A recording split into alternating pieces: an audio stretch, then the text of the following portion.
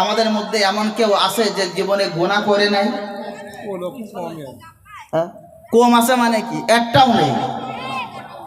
গুনাহ সবাই কম বেশি করেছি কি করি নাই? কথা বলেন। ছোট বড় মেজো সেজো কত রকম গুনাহ করে ফেলিস।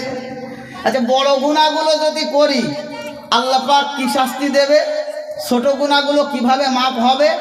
আর বড় গুনাহ থেকে বাঁচলে আল্লাহ কি প্রাইজ দেবে? আজকে আলোচনা করব সংক্ষিপ্ত সময়, হয়তো শেষ হবে না, তবু শুনে নেন। আল্লাহ পবিত্র কোরআনে বলেন, খবরদার যারা মদ খাইতেছো, জুয়া খেলতেছো, নামাজ ছাড়তেছো, সন্তান হত্যা করতেছো, এরপরে যে বড় গুনাহ আছে, চুরি করতেছো, মানুষ খুন করতেছো, আহা, আমার রব জানায় আছেন কোরআনের ভেতরে এইগুলো বড় গুনাহ। এই গুনাহগুলো থেকে তোমরা বেঁচে থাকো। যদি বাঁচতে পারো তোমাদেরকে আমি আল্লাহ প্রাইজ দেব। কি ঘোষণা করলেন? ইন তাজতানিবু কাবাইরা মা তুনহাউনা আনহু নুকাফির আনকুম সাইয়্যাতিকুম ওয়া নুদখিলকুম মুদখালান কারীমা। জোরে বলেন আল্লাহু আকবার।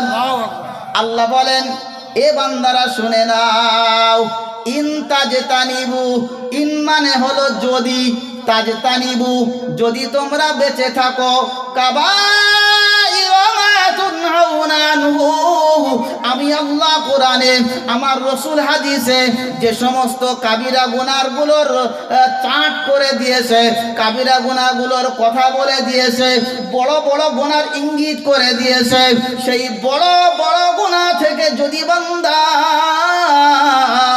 যদি তুমি বাঁচতে পারো বান্দা, আমি আল্লাহ পাক তোমার ছোট ছোট গুনাহগুলোকে মাফ করে দেব। জোরে বলেন সুবহানাল্লাহ।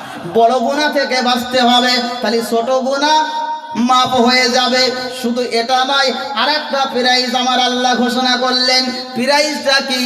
ইন তাজতানিবু কাবাইরা মা তুনহাউনা আনহু নুকাফির আনকুম সাইয়্যাতিকুম ওয়া নুদখিলকুম মুদখালান কারীমা।